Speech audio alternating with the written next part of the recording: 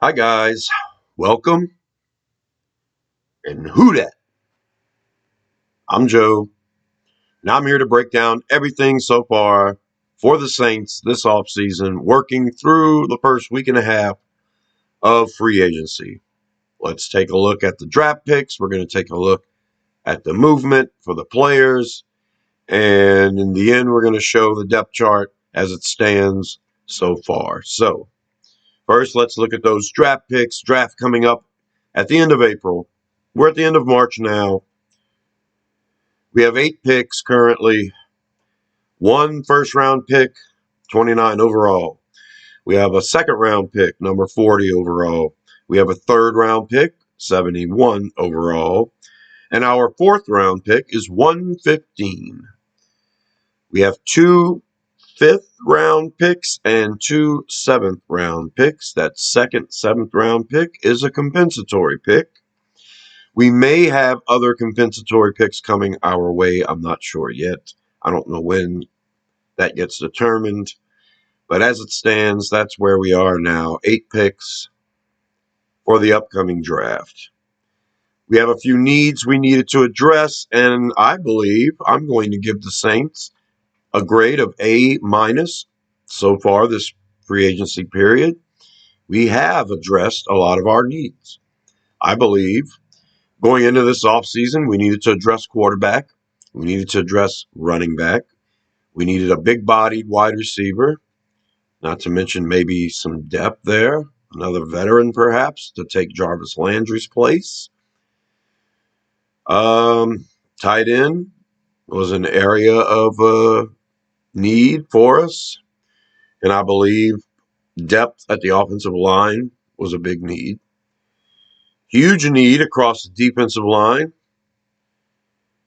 And we have a lot of youth at linebacker, so not sure how that is going to pan out. And we were also looking for depth at safety.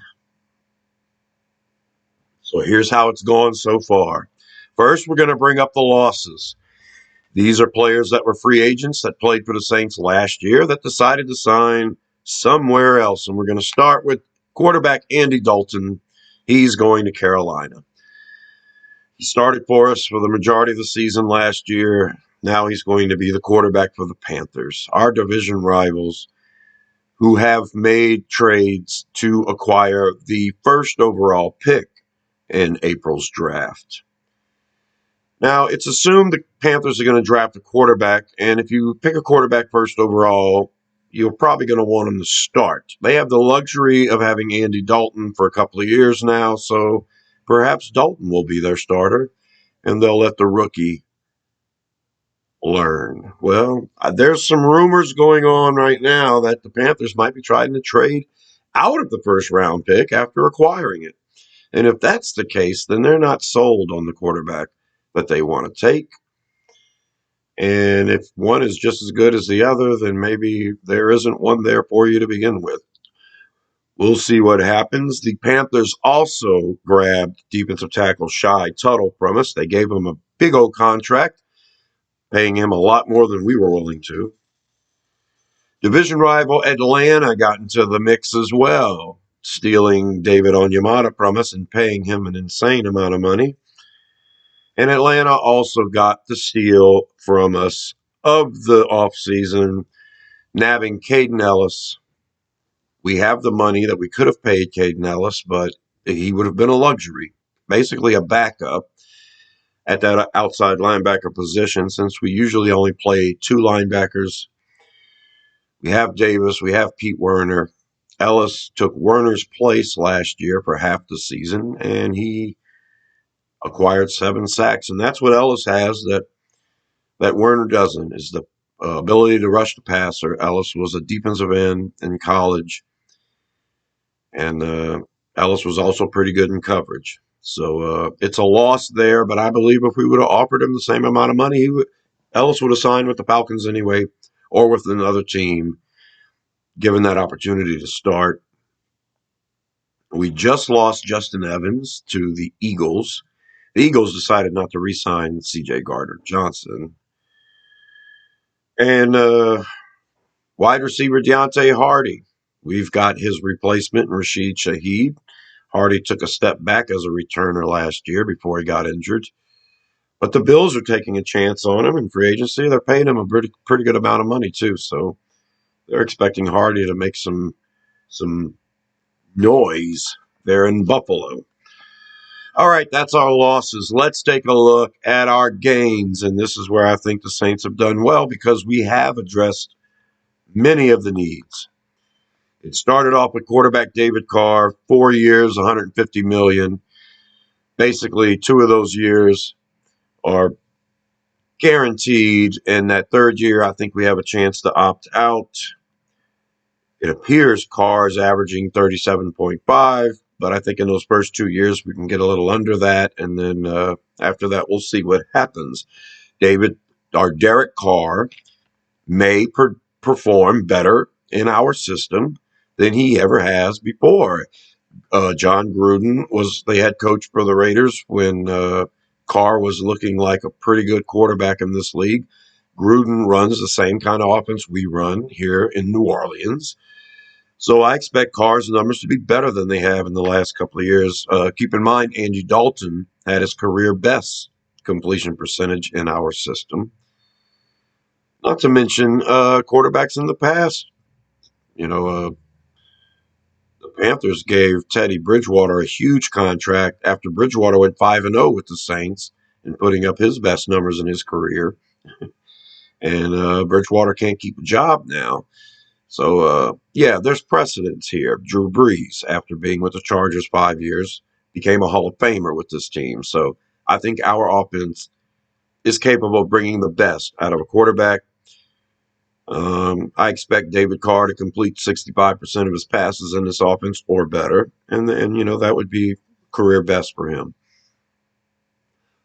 Running back Jamal Williams. Now, I think we need a couple of running backs, but we definitely needed one, a guy who could start when Kamara's out, and a guy that could be a good complement to Kamara when Kamara's in. Jamal Williams is that guy, perfect fit for the city. Everybody believes this. We got him for $4 million a year. He's got a lot to prove. He led the league in touchdowns, rushing touchdowns last year with 17. And I guess the knock is that it was all goal line runs for Jamal Williams. Well, he thinks he's more than that. He's got a lot to prove. That's what he wants to do with the Saints. And I'm here to say that if anybody can score from the goal line, they would all be doing it. So we got us a good one. The Saints were middle of the pack when it came to converting on short yardage situations last year, and we weren't very good in the red zone. So Jamal Williams is a perfect fit. We grabbed 2 defensive tackles to replace the departing Onyemata and Tuttle by grabbing Colin Saunders from the World Champion Chiefs. In 4 years, this guy's played in 3 Super Bowls. And we get him for a whole lot cheaper than than Tuttle would have cost us. I think Saunders is a huge upgrade from Tuttle. And we grabbed Nathan Shepard from the Jets. He's going to take Onyemata's spot, and he's getting paid a whole lot less than Onyemata. And I believe when it's all said and done, Shepard and Saunders will prove to be better against the run than Onyemata and Tuttle did. We didn't get a lot of production as far as pass rush from our interior this past year. So I expect about the same from Saunders and Shepard. Maybe Shepard can turn the corner in our system. We'll see. But at least we address the need across the defensive line. We still need more pieces there. Those were 2 good pickups. We also got Ugu Amadi from Seattle. He is a special teamer and a versatile DB. We got him pretty cheap. Some of the biggest moves we made were re-signing our own players, although we saw those that departed. We re-signed Jameis Winston. He restructured his contract and took a huge pay cut. He was supposed to make $12.5 million this year. He's only going to make $4 million. If he gets a chance to play, he could go up to $8 million. And the guy that I'm most excited about re-signing, wide receiver Michael Thomas, redoes his deal, 1 year, $10 million. Incentives could get it up to $15 million. That is the perfect contract for, in my opinion, one of the best wide receivers in the league that has something to prove. Michael Thomas. That's the possession, big-bodied receiver we needed. And I think with the addition of Michael Thomas, it really does take our offense to another level if he stays healthy. And I believe he will. We re-signed Juwan Johnson, 2 years, $12 million. Came on strong last year with 7 receiving touchdowns, and he's going to be our receiving tight end this year. We also re-signed defensive end Tano Passignon. K-Pass is a very solid backup defensive lineman. He can play inside and outside. This is a no-brainer at 2 years, $5 million. He was actually our most productive defensive lineman in preseason, and I love K-Pass. So put him on the end, slide him inside on passing downs for the defense, and yeah, great move. Another very good move, getting JT Gray back as a backup safety. He's our best special teams player, special teams captain. We usually let our best special team players go. This time we pay, and we pay well. 3 years, $9.5 million. You know, we've been known to pay kickers and punters $3 million a year. So to pay our special teams ace $3 million a year is a good move for us. Not to mention, he had to play a lot of safety last year due to injuries, and he chalked up 2.5 sacks, which was better than Davenport and better than Peyton Turner, better than Passignon. So good move for the Saints getting JT Gray. We re-signed backup guard Calvin Throckmorton to a very small 1 year, $660,000 deal. Throckmorton can play either guard position, and great move by us, a guy with experience. He's not that bad when he plays, and we needed depth at offensive line. We grabbed Keith Kirkwood again for a 1 year, $1 million deal to add depth at wide receiver. We re-signed our punter, Gillikin. He was a free agent. He came back to us for right over $1 million. And he had an okay year last year, but I still think he's one of the best punters in the league, so that's a bargain in my opinion. And we've recently signed tackle Storm Norton and DB Lonnie Johnson Jr. Norton was with the Chargers. He started a couple of years ago and looked awful. His numbers aren't very good. But last year in spot play, he didn't allow a sack, and he basically becomes a challenger for Landon Young for a backup tackle spot. And we're going to get that depth chart up in a little while. There's a chance Norton doesn't make this squad. Lonnie Johnson Jr. started the year last year with the Chiefs. He finished the year with the Titans. He's a very versatile DB and can play safety and cornerback. But his specialty is special teams. And it's good to see that we're making moves, trying to fill these backup roles with guys who can't. Ooh, pardon me. I'll be right back. Okay, sorry about that. Okay. I have animals running around here, phone ringing off the hook. All right, let's pull up that depth chart because we're done talking about all these great moves. We're going to see what we're dealing with here. First, the offense. Now, if you go to ESPN.com or NewOrleansSaints.com, you'll find the depth chart is littered with players who are actually free agents. And some of the depth charts that I've seen don't include the players we actually have on the practice squad or on reserve. So this, to me, is the best, most detailed depth chart you're going to find right now at this point in the offseason. At quarterback, we have Derek Carr, Jameis Winston, and Jake Luton. At running back, Alvin Kamara, Jamal Williams, Eno Benjamin, and Derek Gore. Our fullback is Adam Prentice. Our wide receivers, Michael Thomas, Chris Olave, Rashid Shaheed, Traquan Smith, Kirk Merrick, Keith Kirkwood, and Quan Baker. You know, those young guys at the bottom of the depth chart here at wide receiver, you know, there's potential. A lot of them are pretty young. So some of them may stick. I still think we need to go and get somebody to compete with Traquan for that fourth spot. At tight end, Juwan Johnson, the great Taysom Hill, who plays quarterback and, you know, everything else. Adam Troutman, Lucas Krull, who everyone wants to be good because he has such a great name, and Miller Forrestall. At tackle, we have Trevor Penning, James Hurst, Ryan Ramczyk, Landon Young. And we just added Storm Norton, and we also have Yasir Durant. And I believe Norton's here to push Landon Young for that fourth spot. I'm not sure if Norton can kick inside or not.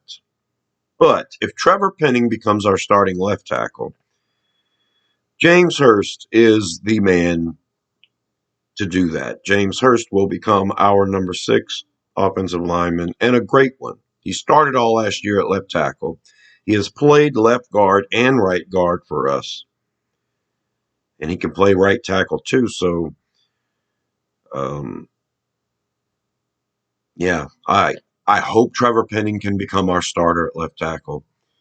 The truth of the matter is he is currently still in a boot from the injury he suffered at the end of the season. And by the time his rehab is done, it'll be right around the time training camp begins. And so Penning's not going to have an off season full of getting better as a player. He's getting better just so he can walk. So there's a chance Penning is our 6th offensive lineman and James Hurst becomes our starter again at tackle. We'll see. At guard, we have Andres Pete, who just restructured to a 1-year, $5.5 million deal. Cesar Ruiz is coming on strong, finally. There are 2 starters, and Calvin Throckmorton is our primary backup. Lewis Kidd can play tackle, and he is slotted there as our backup 4th guard now, along with Coda Martin. I think we should draft an interior offensive lineman. We have Eric McCoy at center, and of course, if he gets hurt, we usually slide guard Cesar Ruiz to center.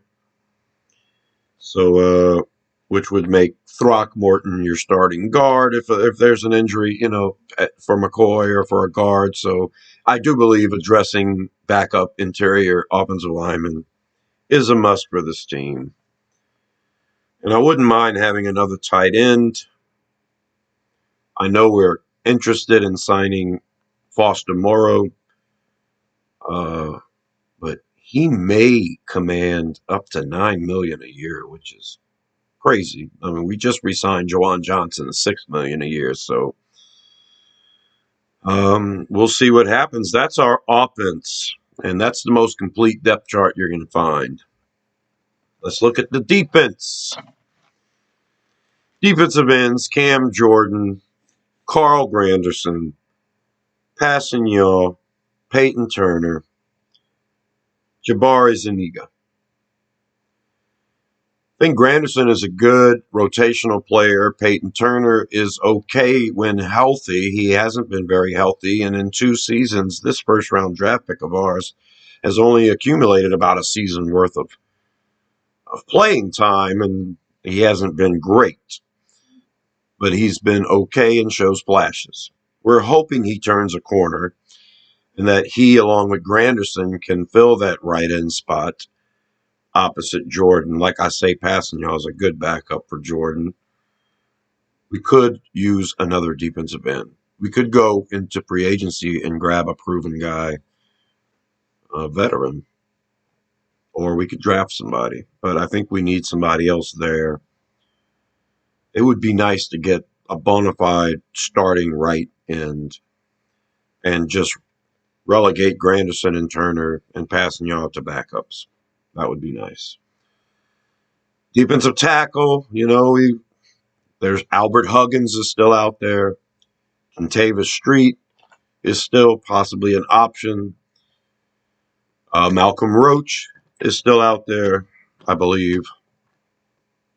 But we do have Colin Saunders and Nathan Shepard, along with Prince Emili. So defensive tackle is definitely an area we need to address. Like I said, we have plenty of players that can kick inside. Peyton Turner can kick inside. Jordan has kicked inside from time to time, and Passanha has kicked inside. So it's not like we need four bodies at defensive tackle, but we do need at least one more guy who's good enough to start or be heavy in a rotation there in the middle on those, first and second down. So look for the Saints to address defensive line in the draft. Maybe one more time in free agency, too. Our linebackers, Pete Werner, Demario Davis, and Zach Bond. Werner and Davis will get the starts.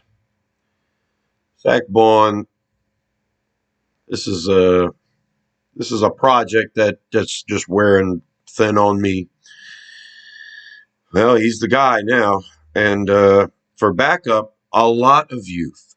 Ty Summers, who is a good special teamer. Ryan Connolly, another guy we expect to do okay on special teams. A draft pick last year in DeMarco Jackson, who got hurt and didn't get to play very much. And Nefi Sewell, who was an undrafted guy and who looked great in preseason. There's a lot of potential there at linebacker. We could re-sign Andrew Dow, who was on the team last year. We could also try to re-sign Chase Hansen.